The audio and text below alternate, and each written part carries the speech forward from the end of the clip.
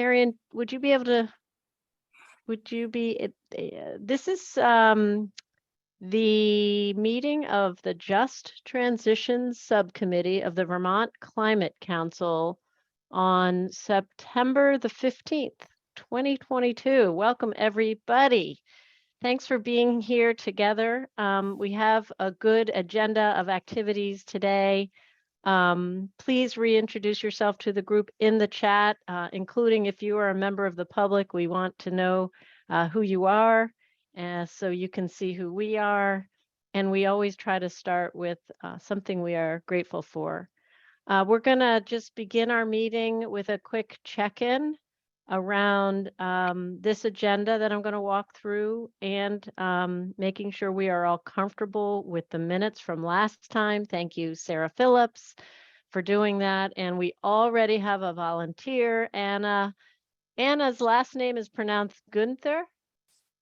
Gunther. You can just ignore the E or say Gunther. I'm not particularly hung up. Great. Just want to get that right. So we're going to begin by talking about where we left off at the end of our last meeting, development of a budget proposal from this subcommittee for the Climate Council to consider. Then we're going to get some updates from and about the council's business. We're going to open it up to public comment. And then we're going to spend a little time talking about our membership and some changes among our members, and then where we want to go next with our meeting schedule.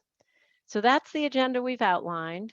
Just checking in if there are any things that are not sitting right or need to be added to that agenda. This would be the time to raise them. And also, can someone put in the chat, if it's not there already, the notes to our last meeting so we can have a quick refresh and make sure we're comfortable with them? If you have the agenda open, they're linked. Just click on the date of the previous minutes, but I can also put the link in the chat.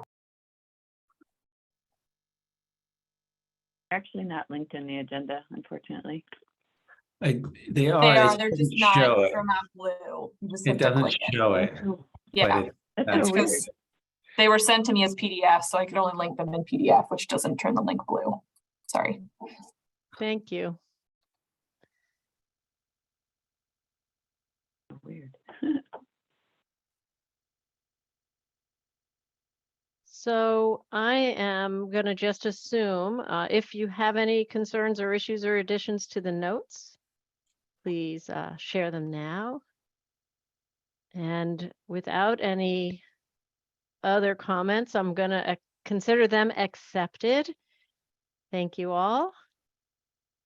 And now I'm going to move our attention to a really important item that we as a committee, a subcommittee, need to come together on.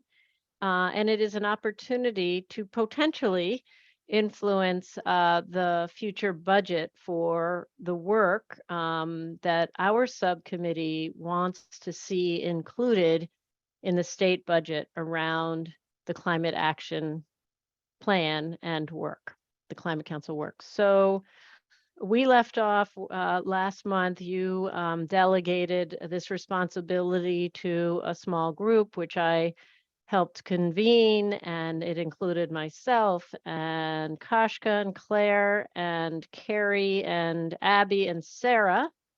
I think that's it. And I think we worked hard to put together the ideas that really were in the notes from our last meeting into some ideas and strategies. Special appreciation to Carrie, who did a lot. I don't see Carrie here tonight, but she did a lot of work along with Claire, putting these into a format that I think is really well digested, easily digested, and we're going to walk through it. I believe, so the council met on Monday. I personally was not available to be there, but I believe Kelly was there, and I believe Kelly and Abby, with perhaps support from Claire and Carrie, presented our ideas, but we'll find out. In any case, the next phase of this is for us to review what's been done, and tonight to really try to make sure we're comfortable with everything, to categorize them into specific, what we're calling buckets, areas of focus, per the instructions from Jane and the administration, I guess. And then what our job really is, from the council. Yep, okay. I'm guessing at this, sorry. And then we need to really think about prioritization of that. So I'm really going to hand this over, I think, to David to maybe you'll share your screen. Yeah. Yeah. So what I think that's really helpful, Sue. And I think what the council asked of folks on Monday when the climate council met, first of all, Just Transitions was by far the most organized, I will say. I'm saying this in a recording, but yes, you guys were like really above and beyond in terms of the level of organization and how you presented some ideas on Monday. And that was really cool and set the standard. And the council was very pleased with that and the clarity. With all the subcommittees, the council's asking for some common sort of shaping this up into buckets. And actually yours are really easy to do. We'll do that. It won't take any time at all. And the tricky thing that we need to talk about tonight is the prioritization. So what the council is looking for is a sense of all these good ideas you're sharing. How do we understand their relative importance from your perspective, this subcommittee's perspective? And that's always a tricky conversation because we're always inclined to say they're all important, right? And I think what the council's saying is, in the face of limited funding eventually, how do we provide some signals about our relative priorities among all these ideas? And you all can say they're all important, great. And their relative importance helps not only the council, but then the administration and the legislature make some decisions as they go forward. So that's what we're going to try to do today, is try to prioritize these ideas.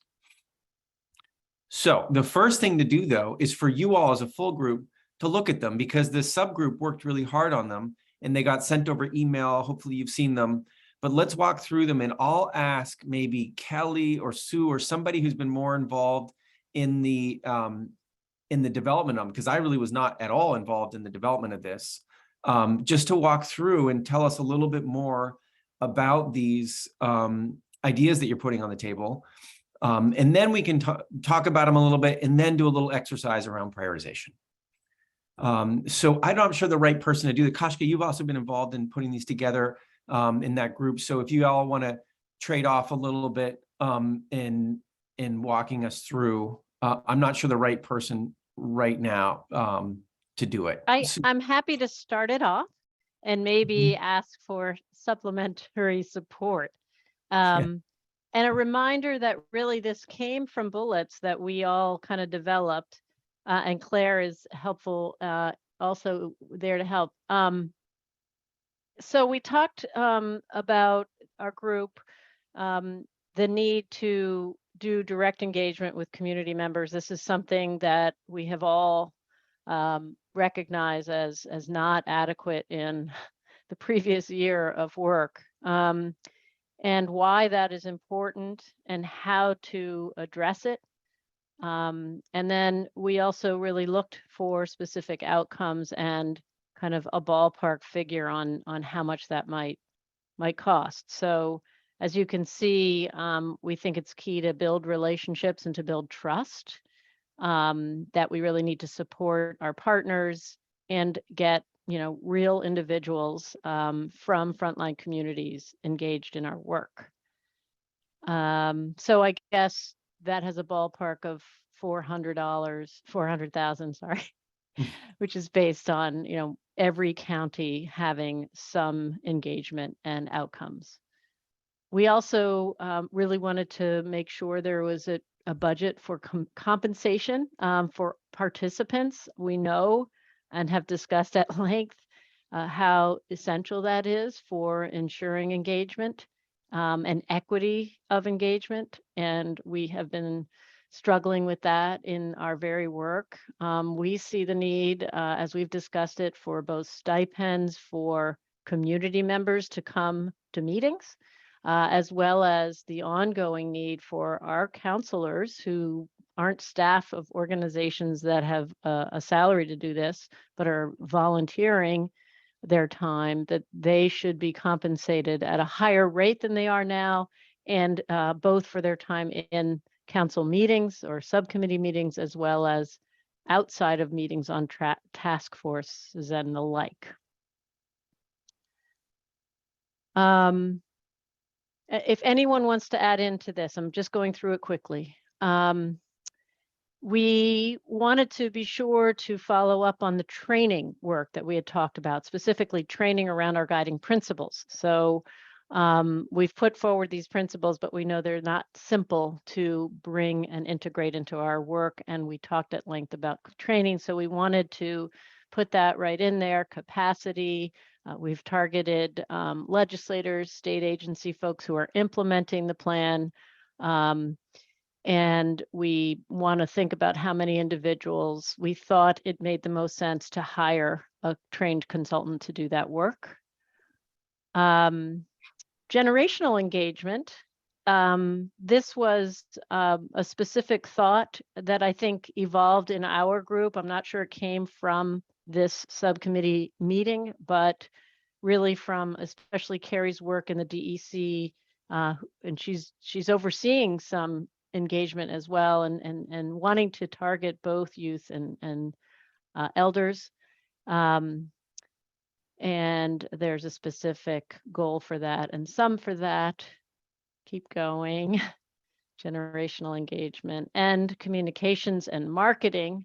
You know, in some of these cases, we are not certain, of course, what's going to happen with the Climate Action Office. But we know that it's essential not just to have translation services, but also have specific marketed materials marketing to the frontline communities that we're thinking about that might need a different message and a different way of communicating. And we really were excited about videos as a forum of communication that we think might be useful. Non-traditional platforms, expanded promotion, also maybe through paid advertising. We have consultants or contractors outlined for that.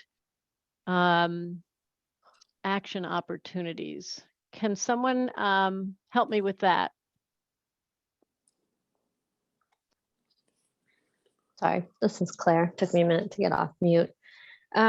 This idea, a way that Carrie and Abby and I had talked about, I think it kind of evolved over the meetings, was just thinking that would be helpful to have the ability to offer sort of small grants to engage communities directly in work related to this as kind of an active form of engagement. Both being able, I think this is sort of Carrie's, I think, original idea, but being able to fund activities at the local level and that being a way to sort of engage in conversations and bring folks into the conversation at the higher level as well. So establishing a community climate change grant program to support some of that work was the intention.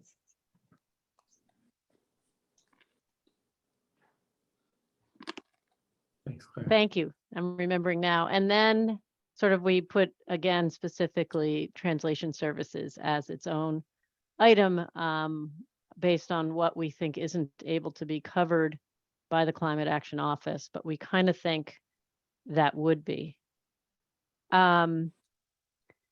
So I just want to put that out there. Let's have a moment for questions, thoughts, comments, and just so you know, in this iteration, I think, David, are you sharing the one where you've put it into buckets? No. I have not. I'm not sharing that yet, but I will in a sec. This one's a little easier to read on the screen, so I'm just. Yep, got it.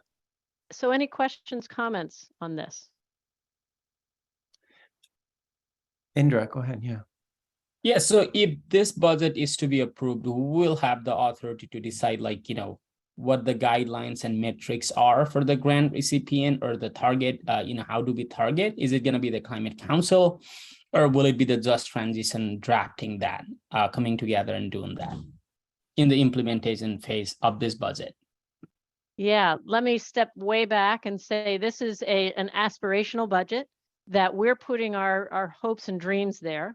I think that those of us who kind of put this together didn't have time and energy or want to be the ones to put the actual metrics in. But I think we would want to do that as a committee and not leave that to others. And again, I just want to step back and clarify. So this is an aspirational budget that we hope the Climate Council will adopt, or some portions of it, as the council, present a memo with a budget to the administration on, I believe, October something, at which point some elements may or may not be brought into the administration's budget, and whatever else isn't, maybe there would be opportunity for discussion in the legislature around the ideas. Sorry for that lengthy, just stepping back. Hope that answered your question. I see Kashka and then Sarah. Hi. So first, I just wanted to say kudos to putting this together. I know that I just blurted some things to put in there, but this is such a great document, and definitely was, front and center during the Climate Council meeting as something to look at as kind of an example. What was asked, again, like David was saying, is if we could put these into 3 main buckets with priority of the buckets, public engagement outreach, I think technical was another, and administrative support and implementation. But my question is, because of the fact that the other subcommittees will also be asking in their budget for money towards outreach efforts, I wanted to ask Jane, does that somehow, are we coalescing in a sense, because their outreach in essence will be our outreach, or how is this going to work? Because I think that's a question that we do need to answer. And as far as Just Transitions, I think if our outreach efforts are separate from those outreach efforts, we would still need to have somebody on the ground to make sure that those outreach efforts are reaching the communities that we're representing. So that's just kind of my question. And I think it's to Jane, but it might be to others. Thanks so much. Jane, you want to take a whack at that? Sure. It actually gets at a little bit at the 2 memos that I just put in the chat, because I think sort of backing up again, like as Sue just did, and I'll do one more time, is all of the budget requests are also couched in sort of the capacity of A&R to help put this money on the ground, and or another state agency or someone to help with this. And within the memo around the A&R Climate Action Office, the secretary put in some guidance on sort of the way we should be thinking about one-time funding, which this is the pot we're trying to pull from, extra funding because of better outcome in government than was projected. And so that is really around capacity for the state government to be able to spend the funds in 1 to 2 budget cycles, so over 1 to 2 fiscal years.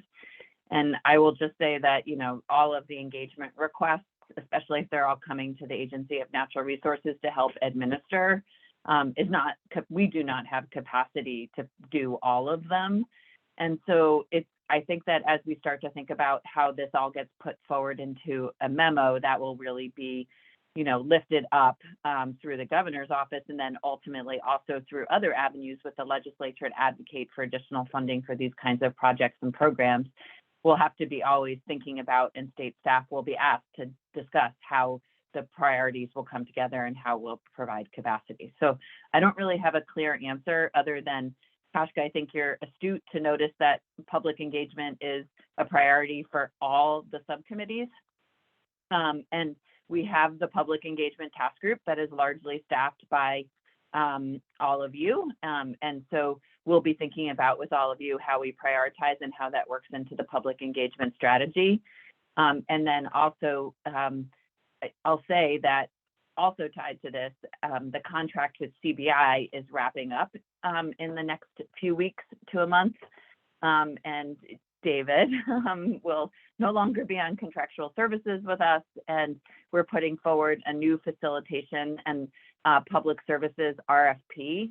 I just revised it today and sent it back to our secretary to review, but we've tried to merge in capacity in that RFP for the next contractor to really be thinking about how they work with us on public engagement. And then also I tried to work in sort of a prioritization process of working when it's council-led public engagement, that the steering committee really will help prioritize how and where we direct public engagement resources, trying to sort of create a process going forward about how decisions are made consistently. So not all clear, but hopefully that's a little helpful.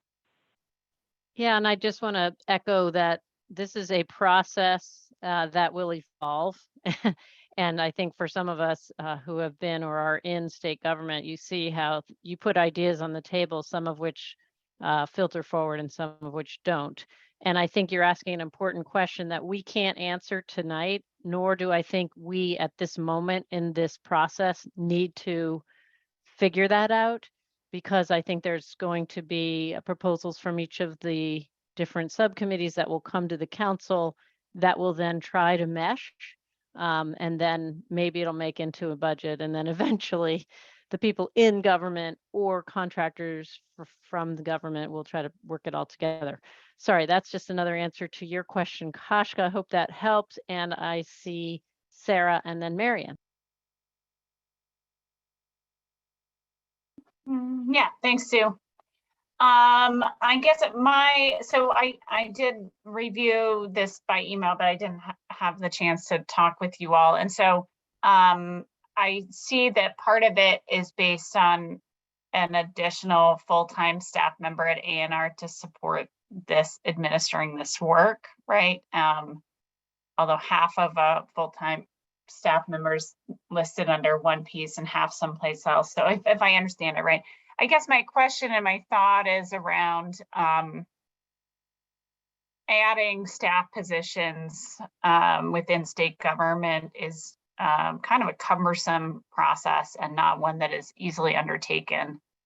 And I wonder if there was conversation that you all had about approaches to that, with an eye towards the fact that I think what I'm hearing is we're being instructed to think about one-time funding as opposed to ongoing funding. And so within that constraint, it becomes even harder to, like any organization, hire a staff person based on one-time funding, right? I don't know if you all talked about that, or if there's a thought around flexibility and how we might think about that. Yeah, my memory of the conversation was that we did very much talk about that tension, and that the folks who were state employees in this committee felt, as you do, that that's almost a non-starter. And then other members felt like we shouldn't start from behind. We should start from where we think we should be, but probably with that flexibility. So I can't remember the dynamics, the people, but that was sort of the gist of what I think happened in the conversation that we had.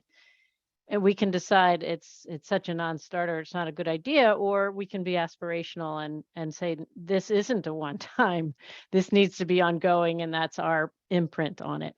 That was my memory. And if anyone else was in the conversation and remembers differently, please share. But I do recall that thought. So Jane is saying in the chat box, and maybe it's a confusion. Yeah, it's like, is the position referred to in this list and in addition to the full-time person in the Climate Action Office, or is it the full-time?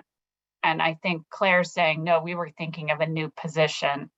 I mean, I think I would go so far as to say, I think we could assert ourselves and we say, no, this is the work that new position should also be doing. And so I appreciate the need for an aspirational budget. I do think it's a non-starter to say add another position though.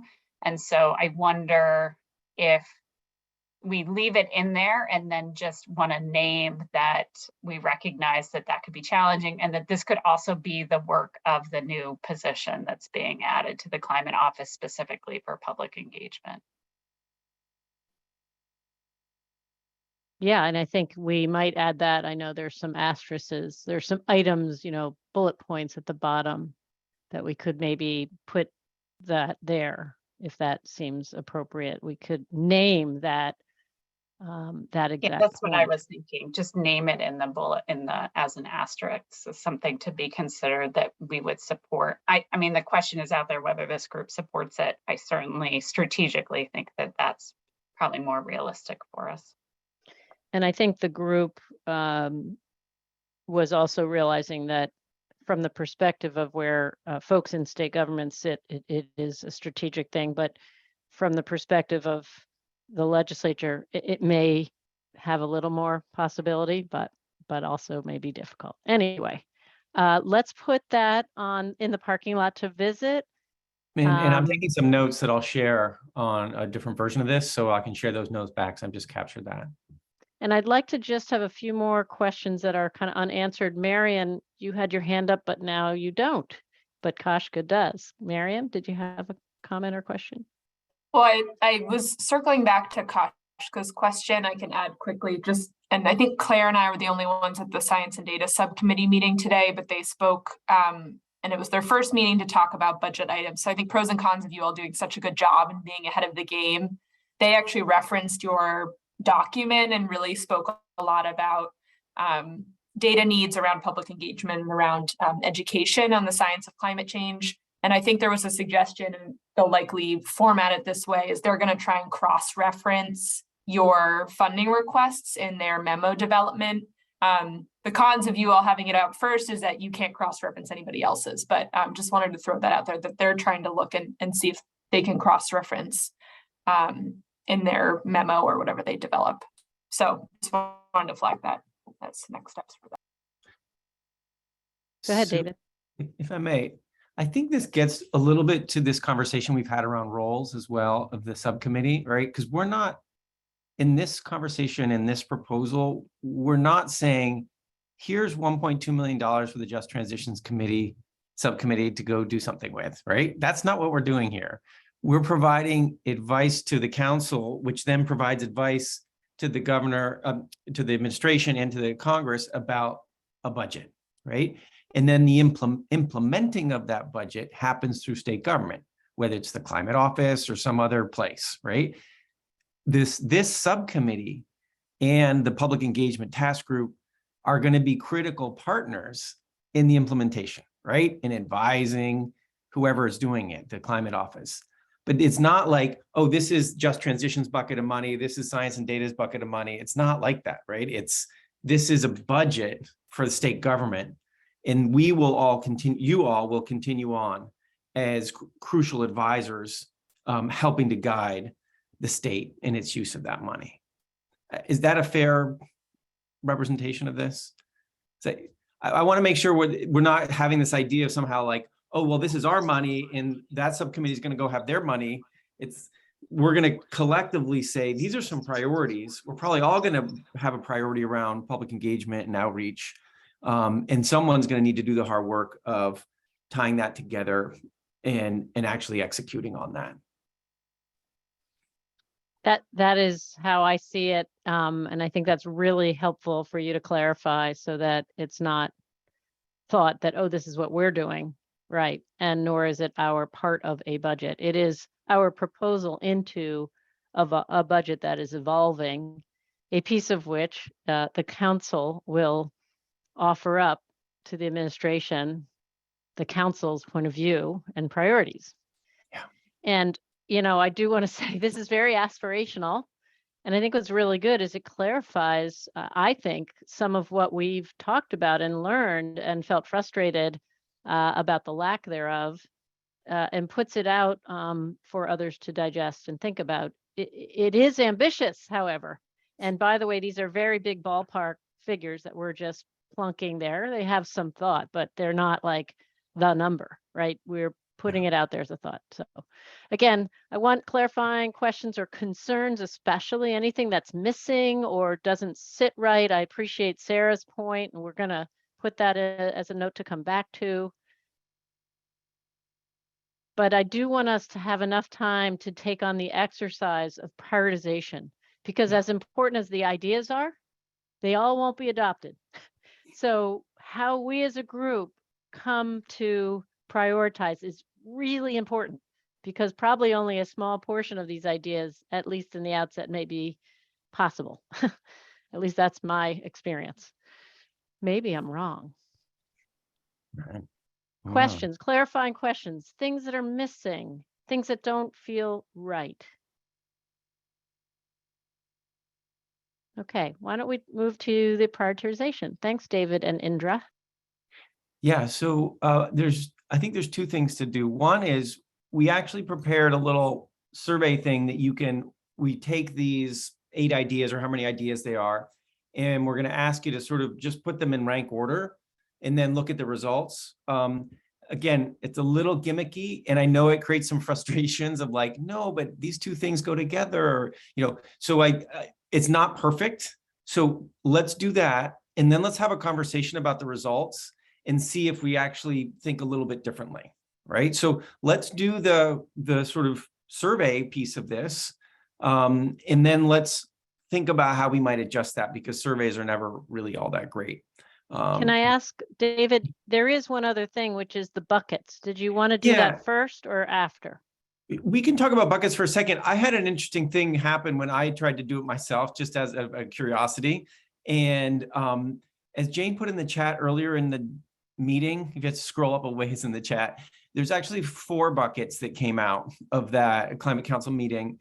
And the first one is where most of our stuff is, right? Or your stuff, the public engagement and outreach. And then the second bucket is around analyses with respect to individual elements of the CAP. We really don't have anything of that. That's sort of doing studies about carbon budgets and this and that, right? More technical work. There's general organizing support, and that's more about, you know, the kind of coordination and help and support you get from whether it's the climate office or some other place. And we can decide if there's some of that. And then the final one is about implementation. These are sort of key ideas for implementing pieces of the climate action plan. And one of ours might fall in that bucket. I'll share my screen for a second. I just think we may not, it might not be the best use of our time to spend a lot of time on this. But this is the same list. This is my little note right now from Sarah's comment. I put a new column down the right-hand side about which of those 4 buckets it is. And when I went and did this, it was like public engagement, public engagement, public engagement. Oh, more public engagement. And then maybe with this one with action opportunities is kind of a hybrid of public engagement. It's like implementation as a way to do public engagement. And then more public engagement. That's what happened when I went through it and did that exercise. I'm happy if we want to talk about this a little bit. My sense is there may not be all that much to talk about in terms of bucketing it up. That's my expectation. But if people feel strongly like, oh, no, let's not refer to this one as public engagement, let's refer to it as something else. Or if that implementation piece actually is a form of engagement, okay, let's talk about this. Let's put this in the public engagement bucket, if you all feel strongly. So Sarah wrote in the chat, great, done, I agree. Does everyone feel okay? Let's hear if there's any changes to that. Yeah. Any concerns about the bucketing? Yeah. Sorry, a really quick question. I love the great done. I do. I do. But would some of those kind of fall as and correct me if I'm wrong, one of the buckets was like administrative support. So if we could, for example, you know, because we don't really quite know how much support, how supportive the climate office is going to be. We don't really know. I mean, we kind of know who's getting hired, and Jane put out there, I think it's out there, the roles and who's getting hired and things like that. But in terms of, you know, and there's going to be a public engagement person in the climate office itself, but how would some of these things go into administrative support that's needed?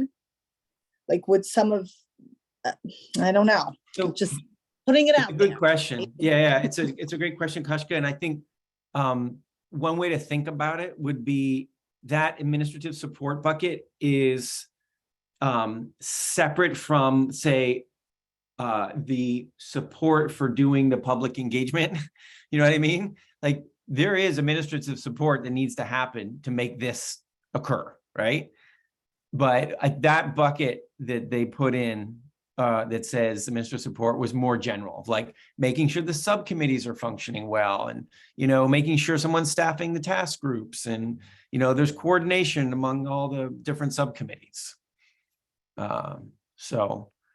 Okay, I got you. So it wouldn't be like, for example, you know, needed administrative support to gather this data that's being collected through public engagement and putting that together and then bringing it to the council. And yeah, okay. I'd stick with the end goal. I'd stick with the end goal, which is we're trying to do public engagement and outreach. Got it. Would be my suggestion. There is a suggestion with lots of agreement that actually the training is implementation. The training on the guiding principles, your third thing down, is actually implementation rather than, and Right. I think I saw a lot of agreement with that. Yeah, that's great. Yep. Yeah, I hesitated on that one. Okay. So if that's the bucket piece, let's think about doing this exercise of, if we were forced to do some ranking or prioritization, how would that go down? I've put together a little Survey Monkey thing here. And what it's going to ask you to do, I just dropped it in the chat. What it's going to ask you to do when you click on that is to put a 1, 2, a 3, a 4, a 5, a 6, and a 7 next to these different pieces of the budget requests. And when you submit it, we should be able to then compare and see how everybody did it. So why don't we just take a couple minutes? Maybe I'll do it and I'll share my screen for a second so you can see, well, if anybody has any questions. Let me know if that link doesn't work, but it seems to work for me. So when I click on the link, it gives me this, right? And what you have to do is say, oh, you know what? This is my absolute first priority. I'm going to put 1 there. And then what's my next most important thing? I really want to do this, right? And then you go through it and oh, I changed my mind. This is actually my number 1. Then the 1 disappears there, right? So just whatever your process is, I might suggest you look for the thing that you really, really, really want to make sure happens and put a 1 there. And then what's the next thing you really, really, really want to make sure happens? Put a 2 there, and so on and so forth. It's like ranked choice voting we do in Maine here. All right. So go ahead and take some time. Give ourselves 5 minutes at least. It's a hard choice. Sit with it. Sit with it. It's important to think about it. I'll just sit here for a second and I'll stop sharing. If anybody has any questions about it, just let me know.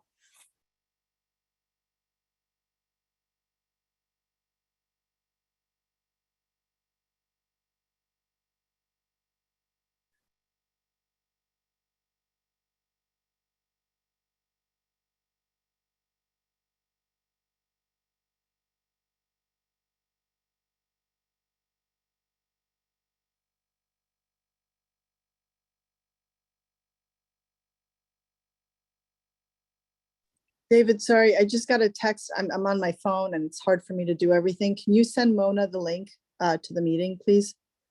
To this meeting right now? Yes, please. Okay. Thanks. Yeah, You bet. And Sarah asked, members and staff. Yeah, I would say everybody. We're a small group. I fully agree. Everybody should be a part of helping us prioritize. Yeah. And Chelsea, if you want to jump in there too, go right ahead, please.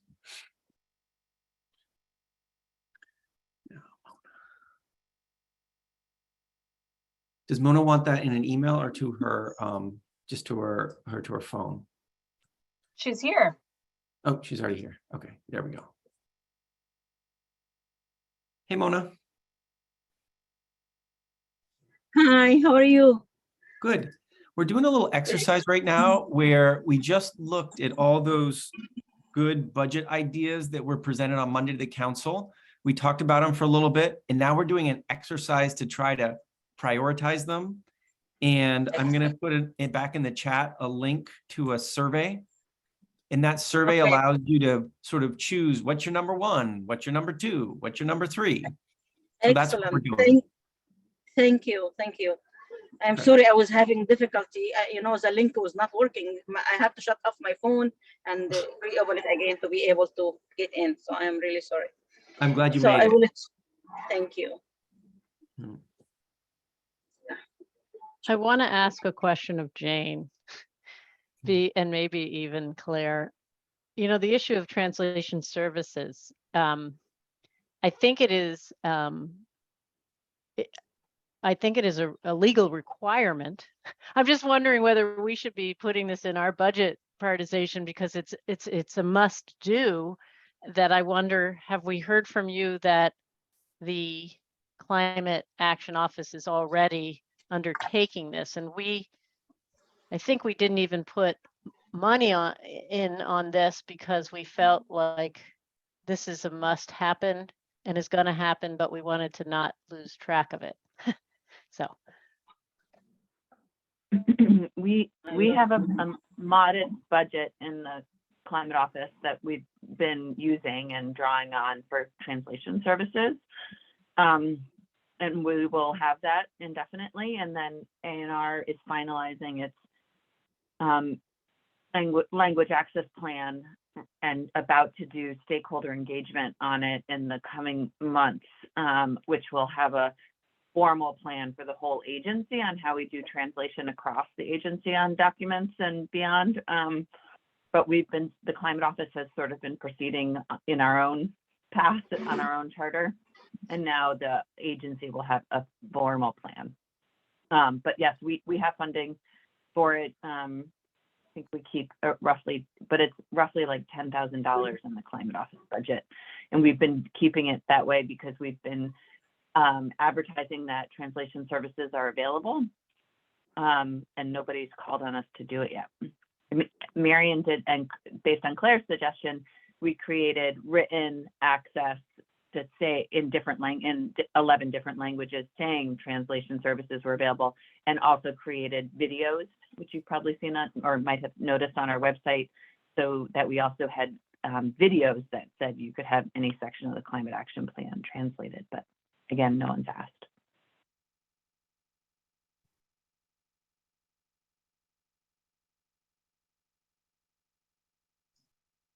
And I don't know if there's a lot more to add, just thinking that we weren't sure, we wanted to make sure that there was space for it. We know it had come up in conversations. I know the Office of Racial Equity is doing some work on this on behalf of all the agencies in terms of thinking about like what an initial budget might need to look like. But I think the intention here was just to note that it's important and recognize that there may be additional support that's needed above and beyond what an agency may have in its budget. And we didn't have the full information of what the existing budget was, so we kept it in as a placeholder, I think. So thanks. Go ahead, Chase.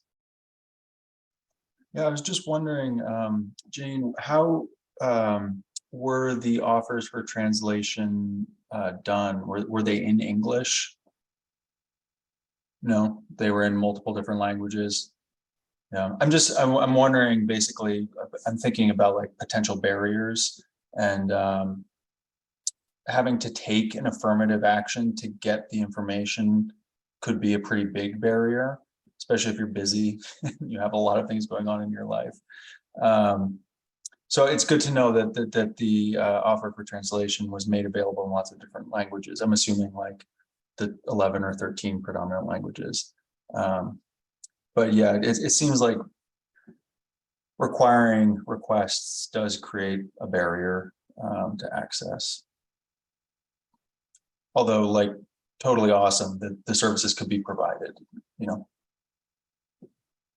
I think there's a lot of education and evolution around translation services. I'm thinking personally, as I look at all the things that I want to have happen, I feel like I was asked the question because I kind of feel like that one is legally required to happen.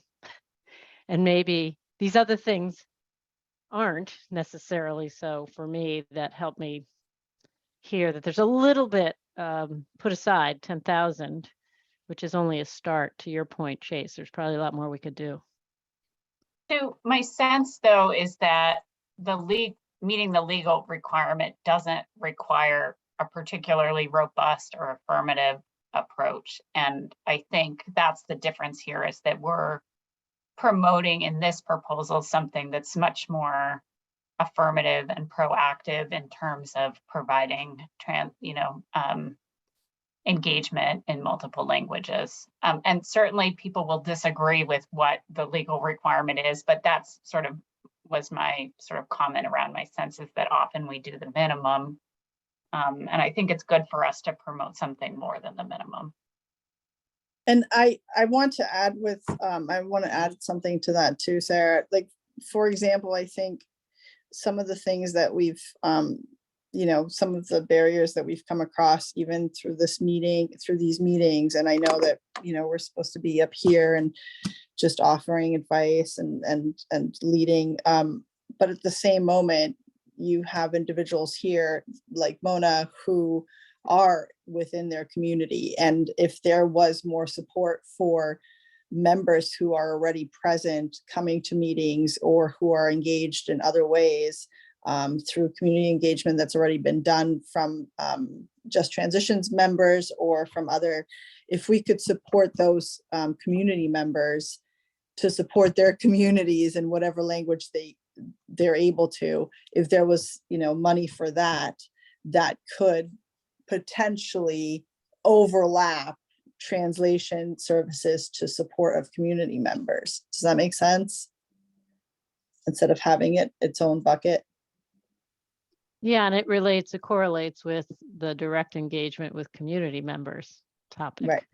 Yeah. Indra, did you have also a comment?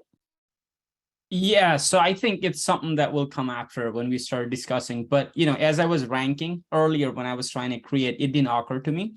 But these are not separate stuff either, because if we're going to do public engagement in all 14 counties and whatnot, the second part about the compensation must happen, right? So I think like when we are finally drafting, when the results are out and when David starts talking about them, yeah, I think that's where we're going to start talking. Because if we're going to do that engagement, and if the engagement is happening in the Teton County area, I'm saying not only Teton County has the people, who speak other languages, but it primarily has those people, then I think in the budget, we have to be very clear and creative. So there is some work to be done, but I didn't see them like as, two different stuff. Because when I was trying to rank, I was like, we cannot really advocate for public engagement without compensation, because based on all the engagement that we have done so far, either with the CAP agency staff or with the public, like the first thing that people say is, where's the compensation, right? So I think like that's something that we're going to talk about when we start talking. So maybe it was a transition.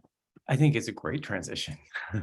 So I've been watching the numbers come in, and so if anybody needs a little more time, shout out. Can I just ask a quick clarifying question? Should we include the translation services in our rank, or should we? Feel free to. Yes, feel free to. And then let's. Yeah, I think Sarah This is where it's like, it's okay. This is not what the numbers are not going to be anything definitive for us. They're going to tell us a little story that we can then, wrap our own narrative around.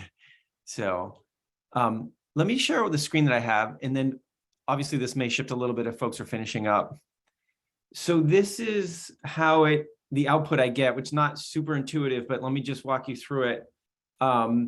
This is picking, if you pick number one, it shows up here, right? And so for number one, there was a clear preference around folks. 7 of you picked the direct engagement of the community members as number one, as your number one, right? And for those who didn't pick that one, it was the compensation one or the training or the action opportunities, right? And then if you look at like what made it for number 2, it was the compensation, the training, right? And what was, and if I'll scroll down a little bit more, and there's, you know, a little bit of number 2 here for translation services when you talk about that.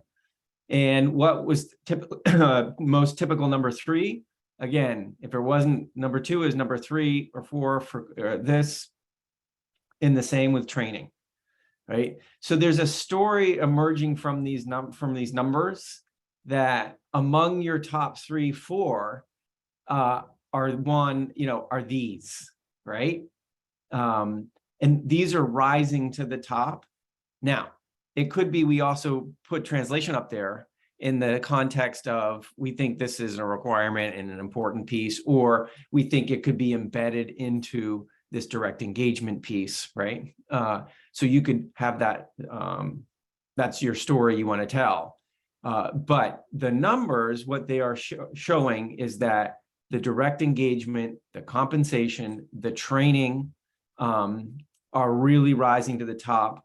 And these other ones are important to some, but more typically we're lower down. That's what the survey results are saying. All right, so let me pause for a sec, and let me look back at you all. Is anybody really surprised by this? Is this something you didn't expect to see? I don't know that I'm surprised, but it's helpful to see. Yeah. And I think it's particularly helpful if we bring translation into and compensation into what is essential about partner engagement. Right. Right. And so translation starts to be paired with these kinds of things, right? It is part and parcel of, right? Okay. So there's many ways to express priority, right? I don't think a 1 to 7 is the right way for you all to do it when you want to send it over to the council. I think you may want to tell us tell a story, right? That say, when we tested ourselves internally, the things that rose to the top of our priorities were these pieces together with translation. We also think these are important things. They were not as high priority for us as the others, right? Something like that may be a way to do it. But I welcome other views on this. I don't want to be the one saying it, so you guys are the ones. Maybe 3 tiers. Yeah. Interesting. Yeah. That's definitely a way to do it. Right. Okay. All right. So let me stop sharing for a sec, or let me do a quick refresh in case there's anybody who added. No. Oh, yeah. It's actually getting stronger. Can you show us the bar chart? Because that helps too. I don't think the bar chart is doing something useful, because what it does is it adds up total points, doesn't matter where. So it weights it though. Oh, does right? it? So yeah, it's weighting it. Oh, perfect. Okay, great. Yeah, so it's telling the story. I was nervous that it wasn't weighting it, but it does appear to be. Yeah, there is a collection up here of these 3 that we're talking about, and then translation being a part of that story. And then these are also things that we think are important, but they're of a different, level of priority than these top ones. Okay. How else might people want to express this? If this committee needs to sort of write up a revised version of that chart, and then express this level of prioritization,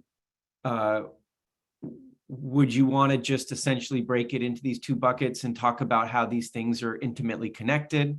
And then these things are also very interesting, and yet they're not quite, they're a different tier of priority than these ones. Is there anything else people would want to say when it goes up to the council? Kelly? I apologize for being a little bit here and there. But the one thing that I find, so I guess it is a little bit higher than some of the others, but the communications and marketing, when I was thinking about, like what is it that we could do that will give us the biggest bang for the buck?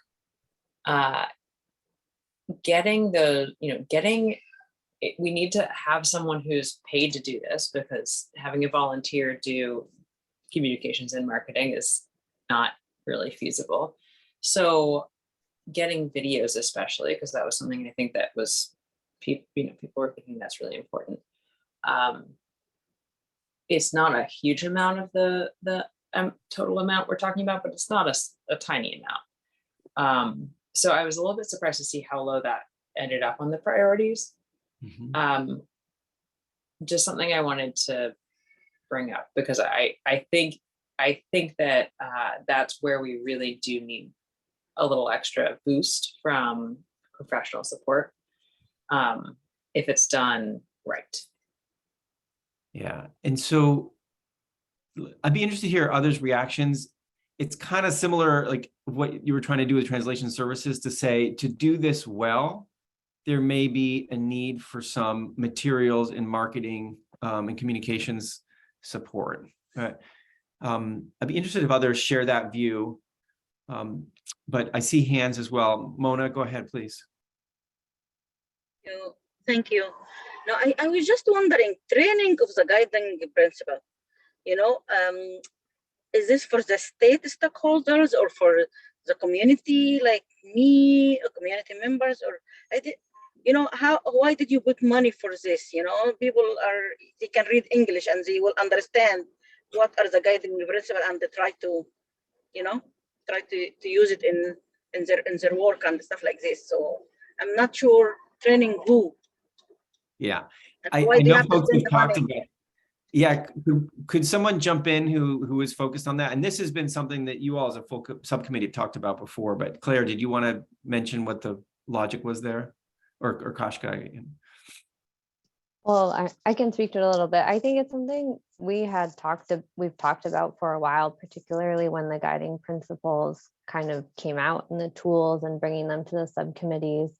And it came out of, it would be really helpful there really wasn't much training. I know Kaya in her capacity did some work with the subcommittees, but there really wasn't sort of a lot of space and time for folks to digest them and ask questions and learn. And just speaking as a state staff member who's now working through them, it's definitely a learning process to go through a different way of thinking through things than I typically would. So, and that's just my perspective. So I think the idea would be helpful to have more general training, like there had been the workshop done with Vermont Law School at the very beginning of the Climate Council process. That would be helpful maybe to repeat something like that, especially with new legislators and state staff who maybe weren't there, and then more time with the actual tools and principles that had been created. So that's part of it. And others were involved in that as well. I would just add, Mona, that it is, to Claire's point, it isn't really for community members, it's for those policymakers who really who actually make the decisions around where the money goes, and who don't probably think about the issues that we've put forward unless they're really kind of trained to actually bring those ideas into the forefront. We're worried that they're just it's words on page, unless they're required to go through a training to actually integrate these thoughts, these big ideas, into policy and legislation and budgets. That's who I think, in my mind anyway, I'm targeting that. That's because that's where some of this stuff starts. Yeah, and I would like to just add to that too, sorry. So for example, the way that things have been are just, they're being looked at through certain lenses, right? And as Just Transitions has been more involved with policy and trying to put forth the principles that we've put together, we need to make sure that those who are the policymakers, the legislators, anyone who's attempting to put forth new programs has the training or understands that there's a different lens to look at what they're trying to do that they may not have thought of before, just because this is kind of new. This is sort of changing your perspective in a sense and looking through a different lens. So that's why I think the training is important. Thank you. Thank you very much.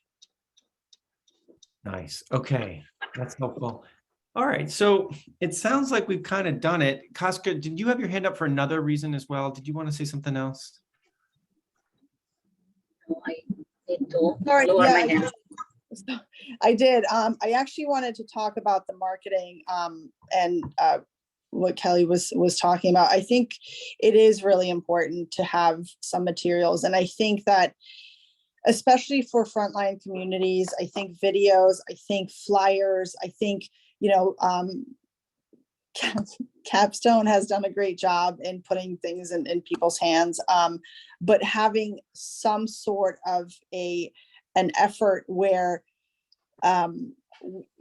there's and I've been saying this I feel like I've been saying this for a year and a half, a concentrated effort of what we're trying to do so that people start seeing something. And specifically for frontline communities, you're not going to have people going to a website. There has to be a different way. So whether it's with flyers or pamphlets or social media, that has to happen. And that has to be a part of it. Otherwise, you're not going to be reaching this audience. So I think it's very important, the marketing materials. Nice. I see a thumbs up from Mona too. So as a way of wrapping up, because it's kind of time to wrap up, and Indra, maybe you can help us wrap up and sort of think about how we're going to express all this. I don't know if I can help you on that one, but one not the right. But one thing that I do want to flag, since we are a Just Transition Committee, one thing that I'm learning, it's not finger pointing at anybody, it's more of a learning experience for me as I was watching all of this. We claim to be the Just Transition people for the Climate Council, and yet, or we are seen as, let me just do it that way.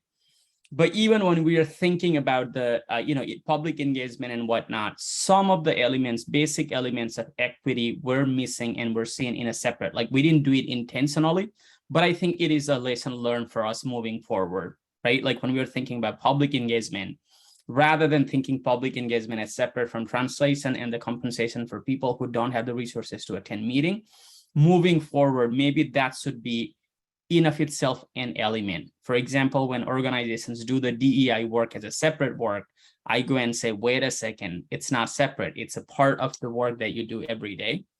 So I think that's a lesson learned for me, at least as a member and somebody who makes noise outside. I have to admit that, like, even watching this was like, wait a second, there is something to be learned, even from this exercise.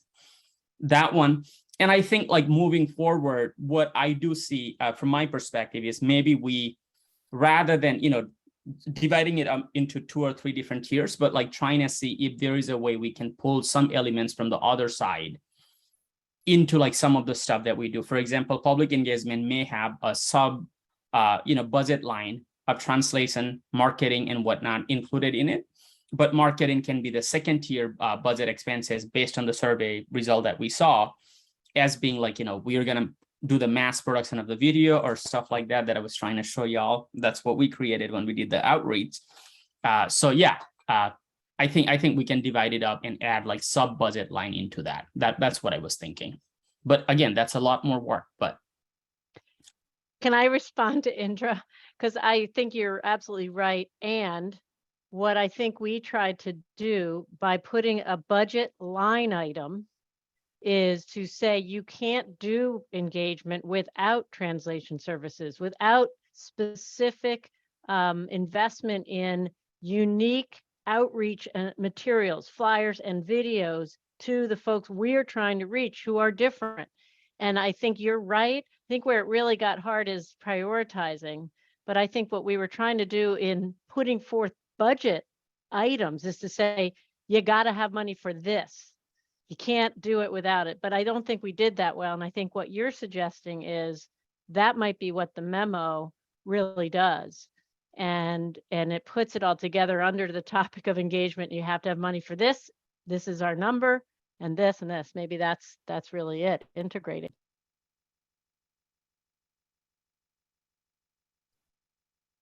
I like that. It raises the only question of if you are making a decision and you don't have that much money and you're asked to invest, you have less to invest, what do? You just do a smaller version of that package, essentially, right? Because it would be a shame for us to come out and say, the only way this works is if you do it all, right? Because that isn't really what we're saying. Well, I think that's a really good question. So if we have to do less, do we want to say that you can't really do public engagement without each of these elements? And we think a really adequate job would be this, but we wouldn't give up specific translation service, and we wouldn't give up communication, video, but we might have to do less of it. Is that what we think? Just asking that.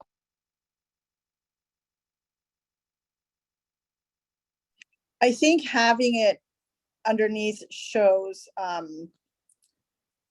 what it would be being spent on, the budget, right? What everything's needed in order to make it work, in order for that soup to taste well, to taste great, you need all those elements. However, even if we're asking for the stars, we get the moon, there are ways around of trying to keep the costs down for some of these, right, across the board. If we did get more youth involved, we could get things done through the colleges. I think having that bucket just for all those things that we're asking, just like Indra was saying, I think that is better than asking for each individually.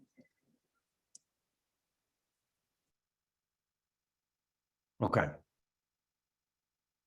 So we gotta, I guess Sue will take this back and see how we write this up. It feels like it'll be a little bit more like a narrative than to accompany a chart, as opposed to just a chart, is what I'm hearing. Yeah, and maybe the chart looks more like a line item with sub-bullets than separate things. I'm also wanted to point out that this was the moment in our agenda that we were trying to move on. Yep. I think we should do that. And when we come back to sort of what's next, we're going to need some volunteers to help take this to the next level of pulling these ideas together into a different kind of framework, which helps illuminate the priorities and the integration, I guess. Does that make sense? So think about what you'd like to do to help, and maybe we should move on. David, does that make sense to you? I think it's great. And I think there was a group of folks who created this table. That same group of folks wants to do the final push here to go to do the next version. That would be fabulous. And if people want to join that group, that's great.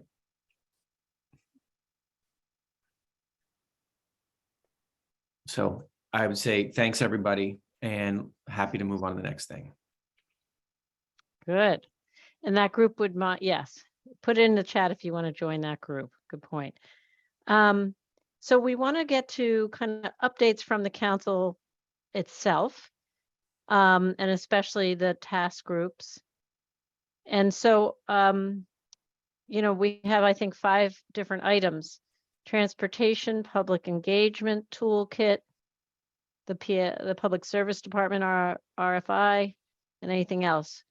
Let's just go in that order. Anybody want to report on how the transportation forms are going? I'm going to just look to you, Jane, and you can look to someone else. No, I'm happy to. Tonight is our 4th one. It's in Bellows Falls. We've had ones in Manchester, Newport, and Burlington last night. We had David actually join us in person last week at Manchester. So after 2 years of working together, it was really fun to meet David in person and give him a hug for all the work that he's been doing for us.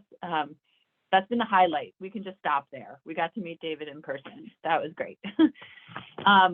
I will say that, you know, these, I think all of you know this, but within the Global Warming Solutions Act, there's a specific obligation around doing public engagement when we are moving to adopt rules that we're required to do so by the Climate Action Plan. And that public engagement must be targeted at frontline and impacted communities as written into law, and they must be held statewide. And so I just mentioned that again, because it's the only spot in the GWSA where we're actually required to do public engagement is around rulemaking. And you all will remember through our conversations with Rachel and Megan, who have joined you at past meetings, that this was a unique set of rules in that we didn't have a lot of discretion to change them. So we thought a lot with the Public Engagement Task Group and with all of you about how to hold these meetings in a way that felt like we could ask for authentic engagement and input. And we've been targeting them at sort of the overarching theme of what do Vermonters need to feel like that this transition to electrification of the transportation sector, that they can feel part of and that they can feel is successful for everyone and not feeling left out of. So the presentation spoke to the rules, but really tried to capitalize on sort of like existing programs, existing resources, and really pose questions to folks about what do you think when you hear EV? What are your overall reactions to this? And what do you need for this to feel successful for you? We also have tried to work with all of you to amplify the events and try to get folks to them. They've been not well attended, I'll just say that. The Manchester and Burlington ones were about 20 to 25 people. And the Newport, which wasn't, those 2 were our best. And then Newport only had 5 people and Bellows Falls only has 2 registered for tonight. So we tried different avenues to get the word out, and we will be revisiting sort of like and reviewing how we did in this space. And that's probably something we'll bring to you. We actually are working to get an intern from UVM to work with us specifically on working to put together the public comment summary and responsiveness summary, as well as sort of a critical review of like voices that were lifted up through the process and where we did well and where we could have done better in different avenues. So they're going and they've been, I'll just say, really great, even in the small spaces like in Newport last week. It was, Newport, another real highlight was Pat Segoy, who is a dedicated Just Transition, came, and it took me a minute to be like, how do I know you? And it was so great to see her in person. It was really, at all of the events, I think there's been really great civil discourse and discussion for people on both sides of the spectrum, and really like people who have been really against the rules still come up to us after the event and say how much they learned and thank you. And like, it's been really great dialogue. So in that space, it's been great, but I'm not sure we're sort of really being true to the goal of what the GWSA and what we wanted to do. So we'll be really thinking about going forward how we continue to do this better. And I know David and I reflected a little bit after the first one, and just it does feel like compensation is the key, and we weren't able to do that for these because we didn't have a mechanism to pay people. I will say, because I was going to say this while you were all talking and ranking things, is we will be putting in a mechanism. We built it into our RFP for the next facilitation contract and community engagement, where we will have an avenue to use our contract for facilitation and public engagement to pay community liaisons to work with us to get people involved, and then actually have a mechanism to pay people to come to the events. And that is something that we had in our contract with Climate Access, but we have never had in our contract with CBI. And so we're trying to sort of merge those elements going forward in a contract. I will say, which is why my question in the chat, I got pushed back that I didn't narrow it enough in my RFP and had to specifically say that we would only pay for services when we were trying to target frontline and impacted communities. So couldn't just be for all public to come to public engagement events. So that's it. I'm happy to answer any questions, or other folks who have participated in the events, please feel free to speak up. Mona. Yeah, just, I'm just wondering, because you mentioned before that you have around 200,000 that you are putting for this stuff that you want to do, but then when we ask it about this incentive for people to participate, you don't have the money. So I'm just wondering, how are you spending this 200,000 that you already talked about it in other meetings? So I think you're referring to the $200,000 that we've now built into our base funding. So we have ongoing funding sort of indefinitely in the Climate Action Office of $200,000 in what's called base funds to support facilitation and public engagement through contractual services. So that's not the new staff person. This is just for specifically an appreciation that this work will take facilitation and will take public engagement, and we built that into our base funding for the Climate Office going forward. So that's for a new contract, and that will be an RFP that has to be posted and then vetted. I imagine we will ask many of you to help us with that process and review proposals, which is how we did it last time and how we've engaged with subcommittees and council members throughout all of our contractual processes, and asked you all to participate in review and ranking proposals so that we have collective input on the best candidate to move forward with. And we've had that money, Mona, but we haven't had, that's the beauty of bureaucracy, is we haven't had a mechanism to pay out through, because we didn't have a contract in place to grant those funds out to pay people to participate. And we will once we have that contract in place. Thank you. Thank you very much. Pashka.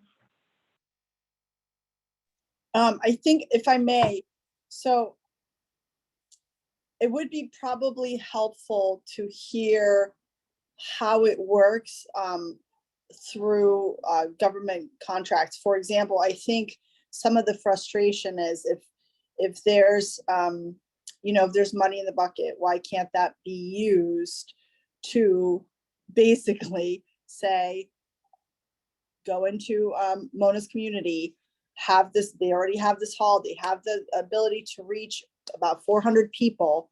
Can that money somehow be used to help offset the cost of them, coming to a gathering to hear and understand what's happening within the Climate Council, to understand the CAP more, et cetera, et cetera. But it sounds like, or correct me if I'm wrong, just help us understand better, because to pay, for example, consultants to try to do that which you have members that are telling you that is not working because they are not connecting with certain groups that we are entrusted to make sure that they're at the table. How does it work? How does that funding gets distributed so that people can be better engaged and compensated for their time when they're being engaged, and you will have 400 people at the table? Does that make sense? So help us understand. I think how I that understand what you're asking. Yeah. So I think two things, I guess.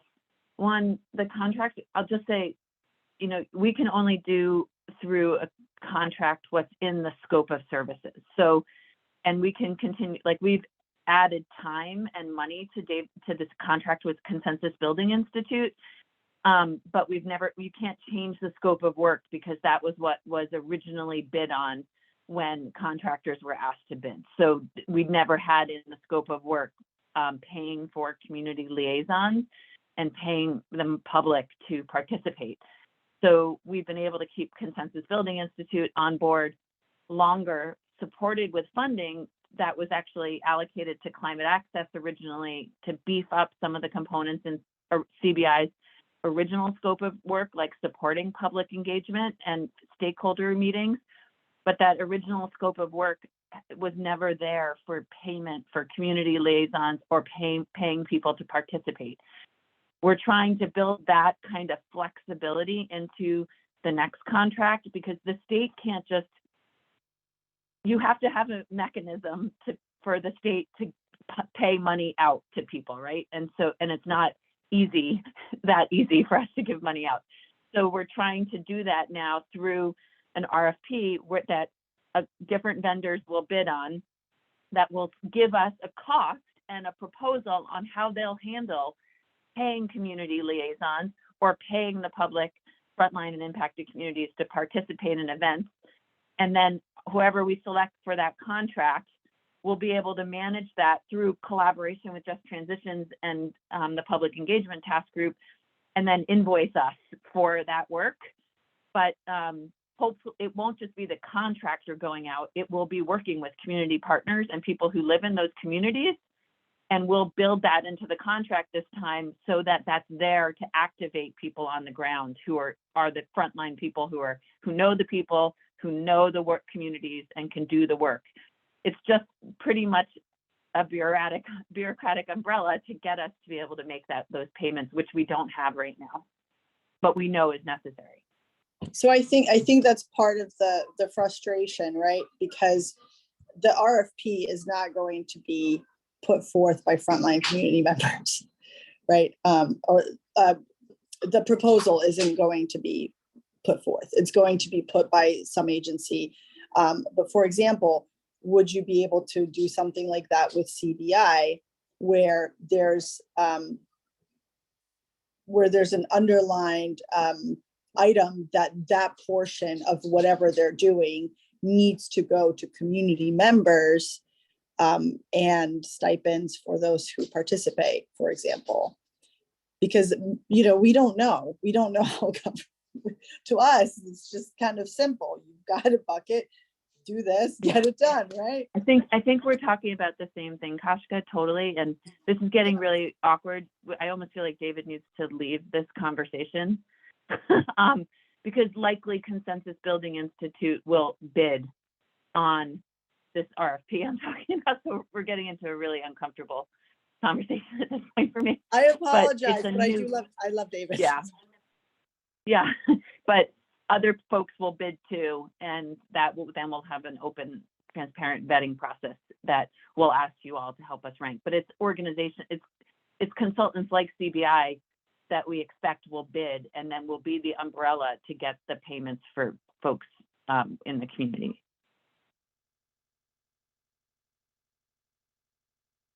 Indra. Yeah, I'll make it a little bit light. It used to be much easier when I was not a member of the subcommittee because I could come and complain. But now that I'm a subcommittee member, I don't know who I am complaining to. However, one thing that I'm learning as we are talking is, I think it is really important for us to really start engaging these organizations. I know we have talked about it before, but when I was looking at the number, I have seen a significant change from equity lens and whatnot, because I've worked in organization, I've advised different organizations. Now we are asking those questions that we were not asking before. So it's a great progress, but I think we really do need to start thinking about, how do we build those relationships? And maybe in our meetings too, maybe it is on us rather than just sharing and saying it's missing, for me to go out and bring those organizations that I work with and say, hey, there is a public comment section, just come share something. Maybe we need to start taking that just so that we can see those faces. Because I do recognize, and when I was looking at the numbers, it's like, we also did a couple of community engagement when we went out and like really started engaging the organizations that were there. The number of people who come there very different. It significantly increases, and there is a lesson that's already learned. And I think it's just a continuation of work. But again, I could be talking, but again, I'm a subcommittee member, so complaining to y'all, it's not gonna work. So I think we just have to start doing something.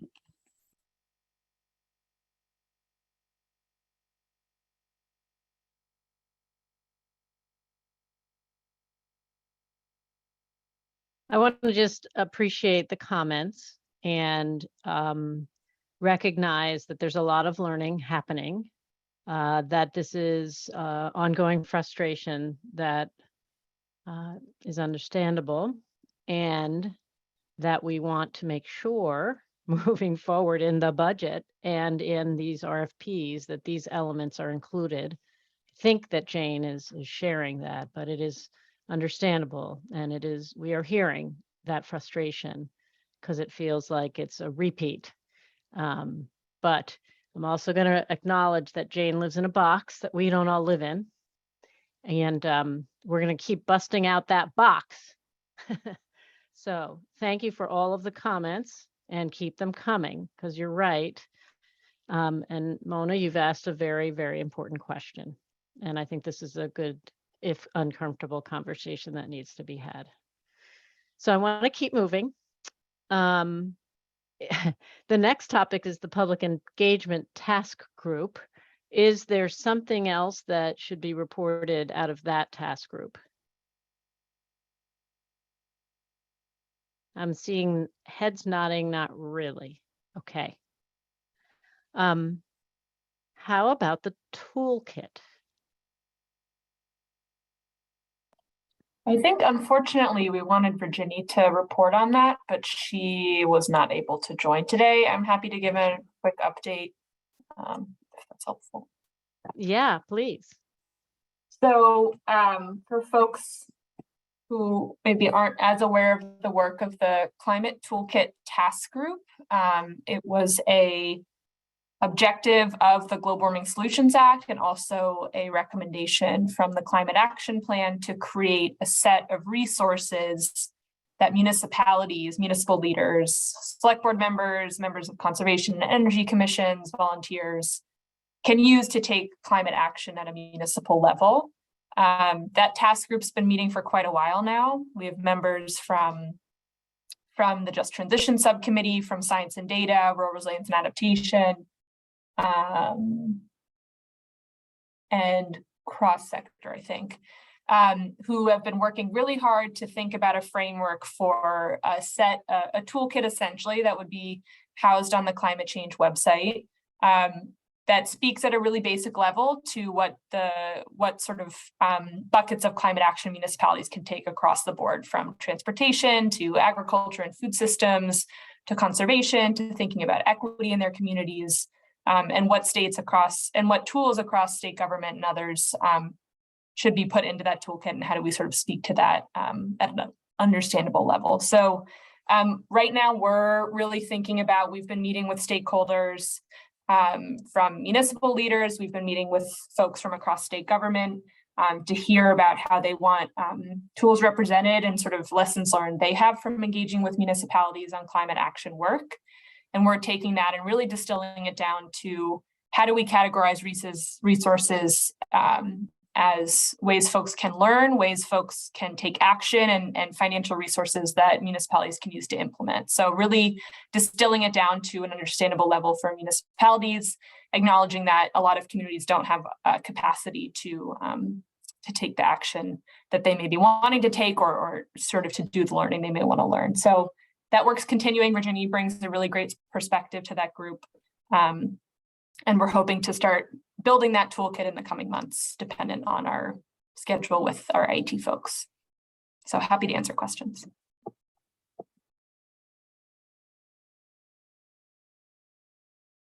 Thanks for that. Very important work.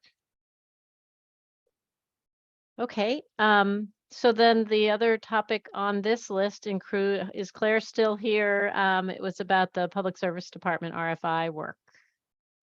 I don't see Claire. Oh, there you are. I'm still here. There you are. Yeah, happy to give a brief update. So as I think I've discussed with this subcommittee at least once, maybe via email, the beginning of July, the Public Service Department had released what we called for a request for input, but I think Sue suggested a much better name, a request for engagement, to kick off this comprehensive review of the state's renewable and clean electricity programs and policies. And that request for input/engagement had sort of three big buckets of questions that we were hoping to hear from the public on. One being, first, I think foremost, like what should the process for that review look like? And we had put out some example timelines for what a short process could look like versus a longer process, different ways that we could engage with the public, like stakeholder forums, polling, surveys, going to community events, an initial brainstorm of stakeholders that should be at the table and who else should we be engaging with. And then two other sort of buckets of questions being, what factors should we weight as we're making decisions about different programs and policies in this space? And then what are sort of key issues that we should be thinking about right from the start? What is Vermont doing well, and what could we do better, and what are the challenges? So that process, we were accepting input through the middle of August, August 15th. After speaking with the subcommittee and taking some feedback, we made some changes to the process. We extended our deadline for comments. We stood up a web form. I think maybe Sarah and Anna had suggested that. We actually did get, I think, about 20% of our responses through that forum. So it was a great suggestion. And I've spent the last month really diving through the responses we received. I think, if I'm remembering the number, we received over 100 responses.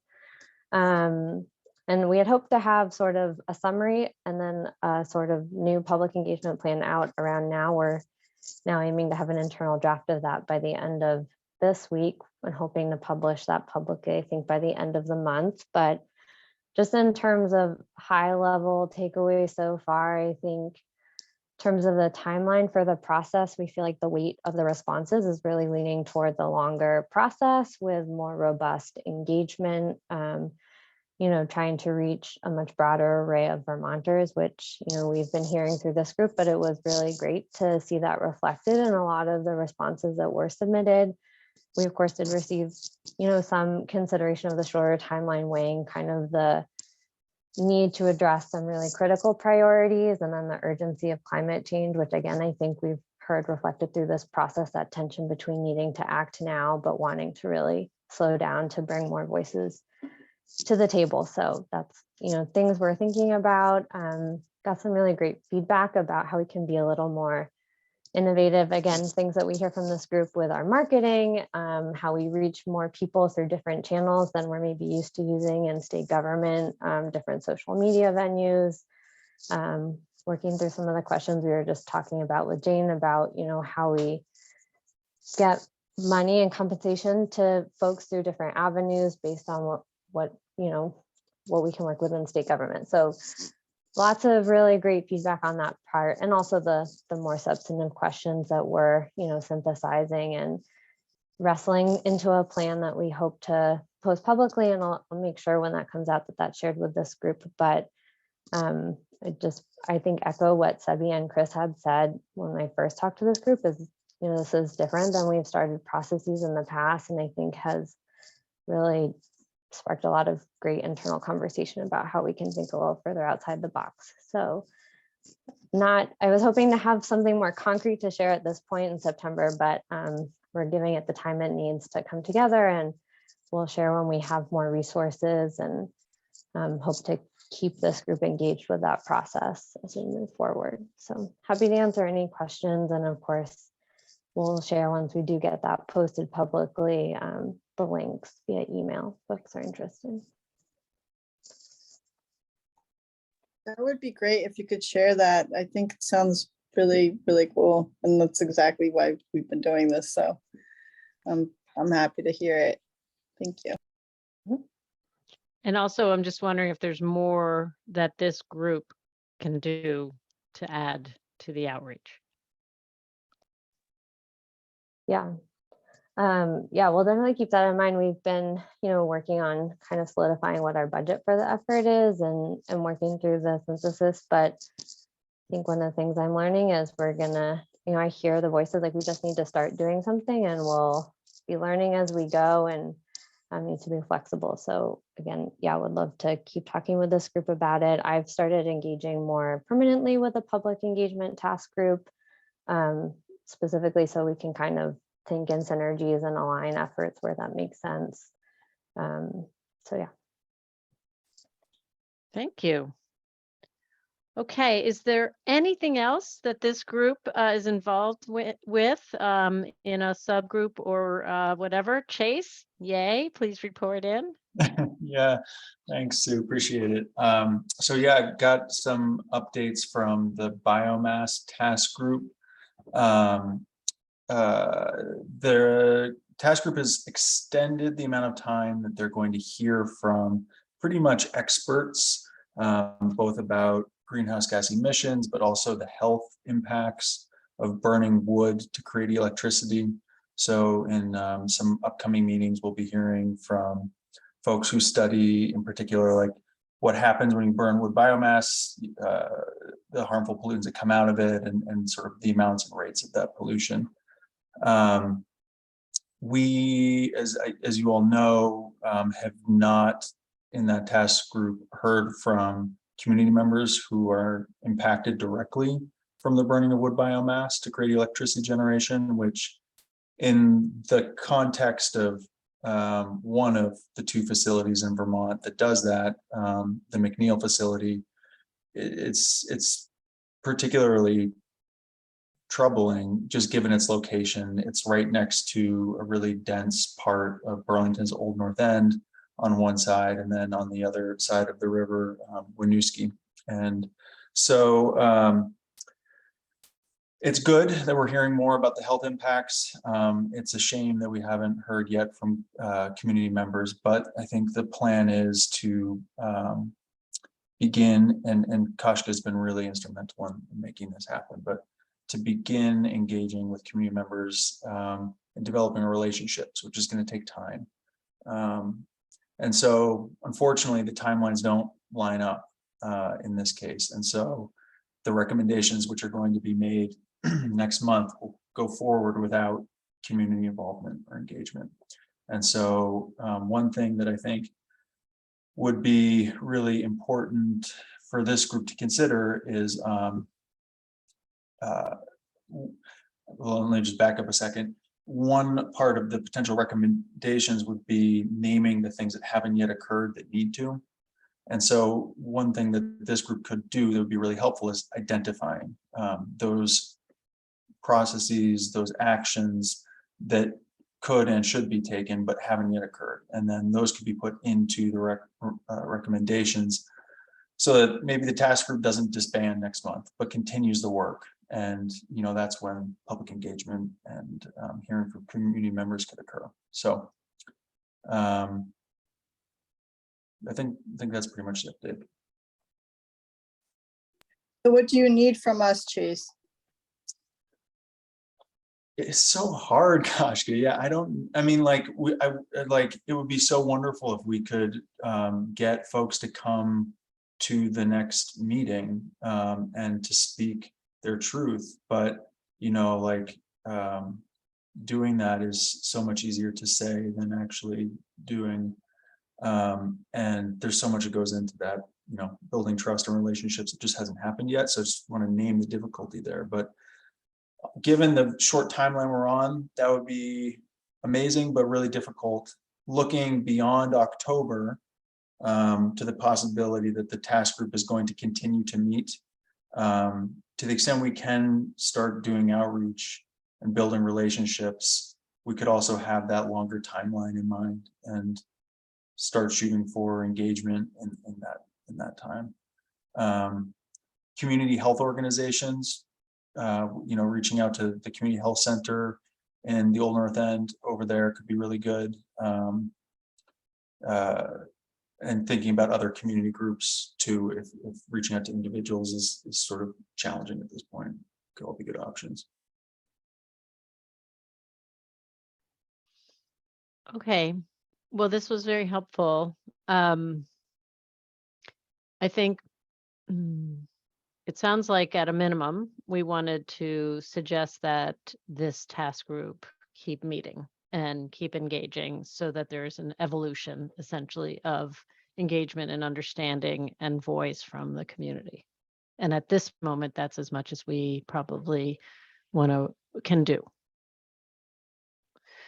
I want to just put a pause on this conversation because we did have this as a moment for public comment, which we try to actually make sure we keep time for around the time that we commit to. And I'm not sure there's a member of the public here, but I wanted to pause to see if there's anyone who does want to make a public comment.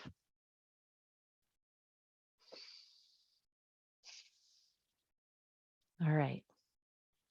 Don't think there is comment from the public. Is there anything that anyone wanted to add to Chase's report or suggestion for the group on his report? Go ahead, Kashka. I'm so sorry that I have to do this.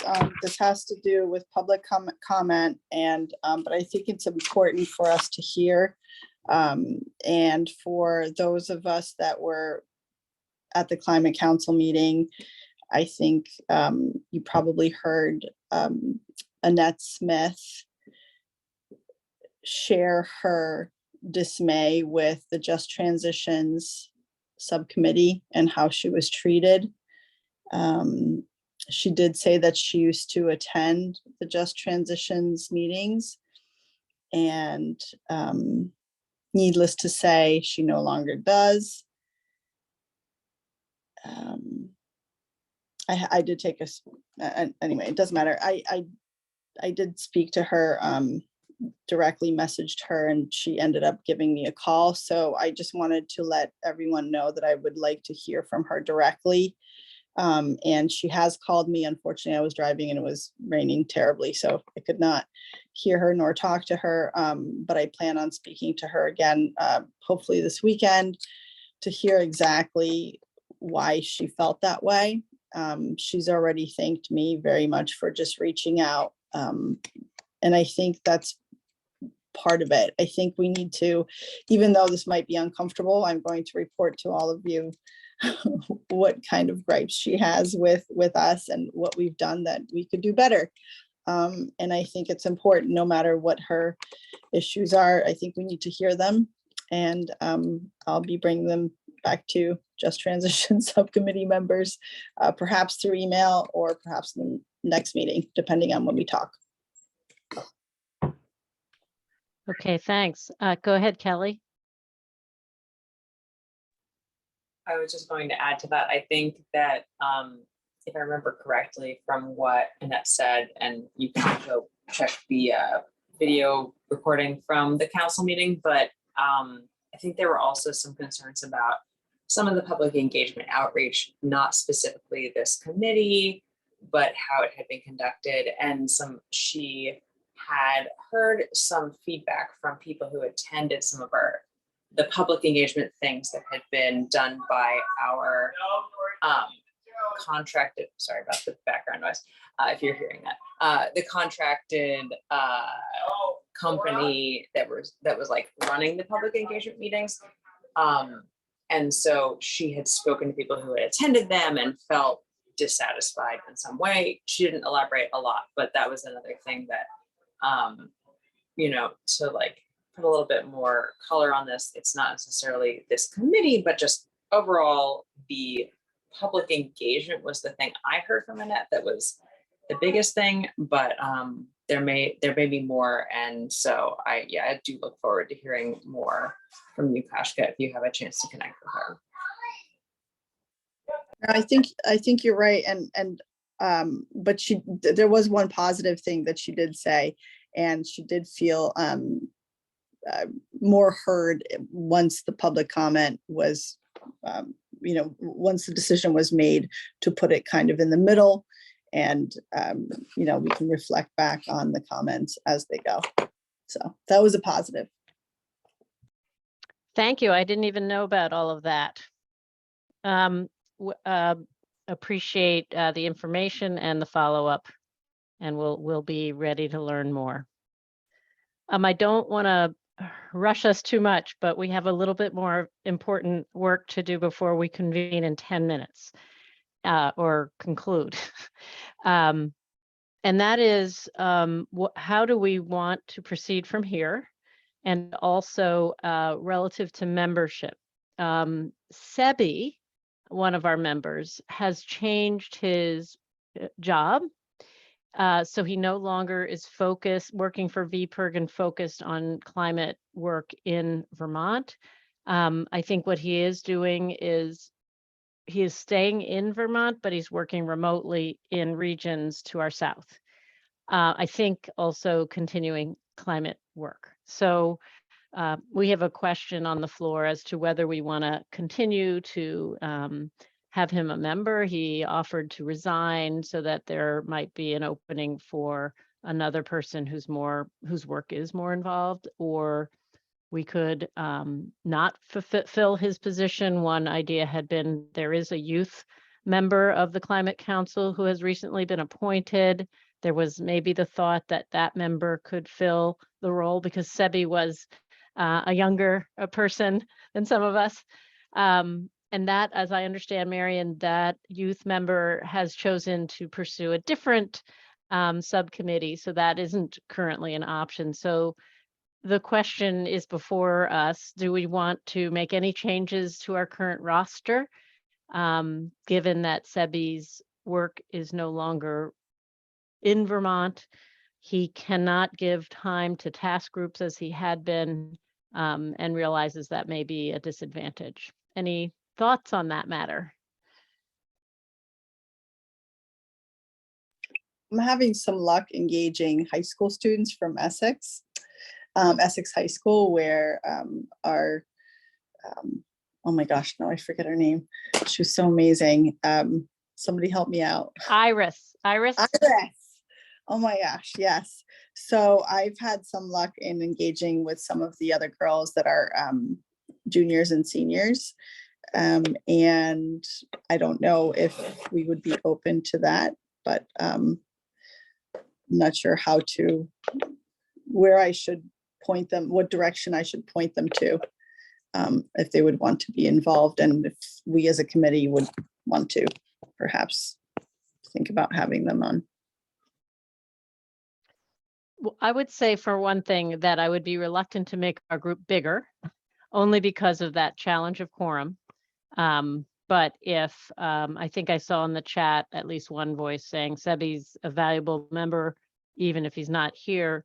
But if there is another member of the community that we're trying to engage, i.e. a younger voice, you know, maybe one thing to do is to evolve a little bit more, and see, Kashka, whether there is someone who would be interested in really being able to commit time.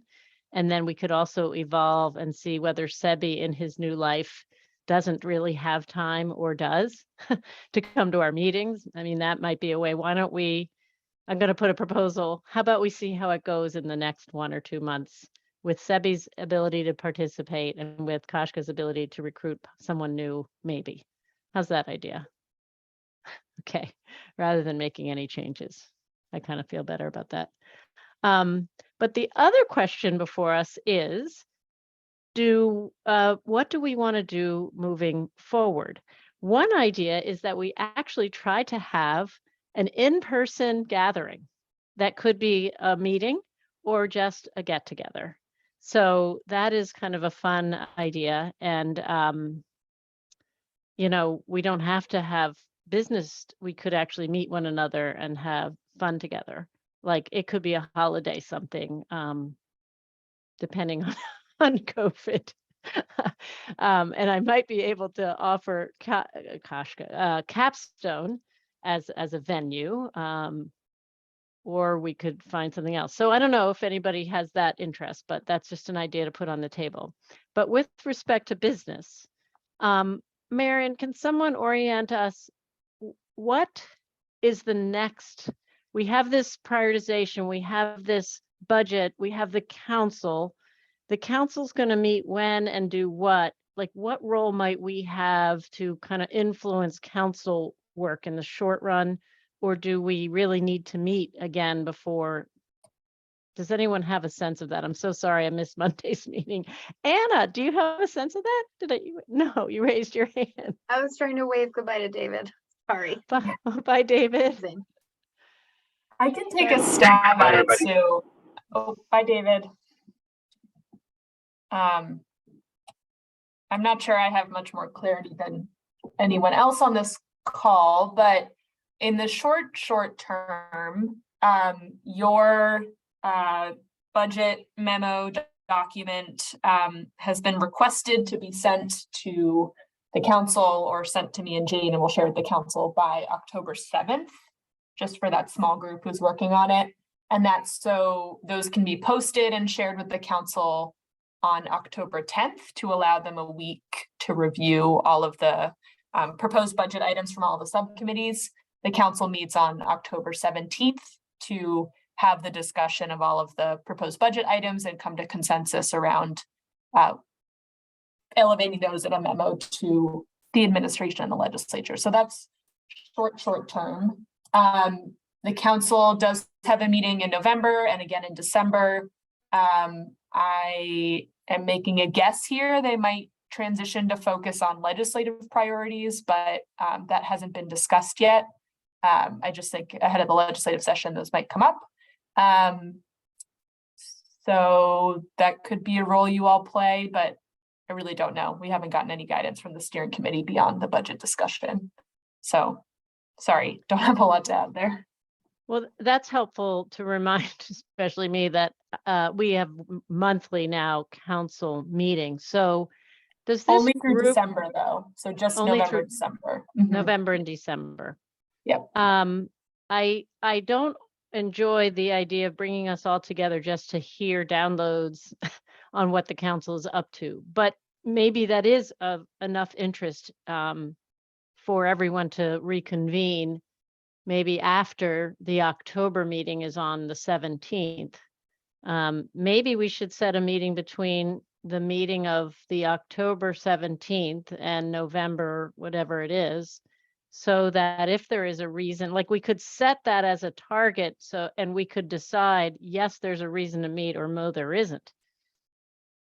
We have a meeting on the 20th. You have a meeting on October 20th and November 17th. I think we've put you all out through December, at least right now on the calendar. So can I make a proposal? I'm if we do meet on the 20th, and I think there's value in doing that, and we have a business meeting, I'm happy to spring for dinner as well for people.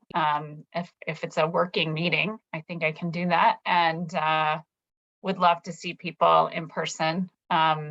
And either I'm sure we could find an adequate location in the sort of Montpelier Berry area if that feels like a good meeting point. I love that proposal. Let's see what others think. Maybe put it in your chat. Yeah, okay, I see thumbs up. There you go. I love it. So we could actually meet one another in person. We could enjoy each other's company over food, and maybe we'll have something important to talk about, and we'll do it all together on the 20th of October. I better make sure I don't have something else on that night.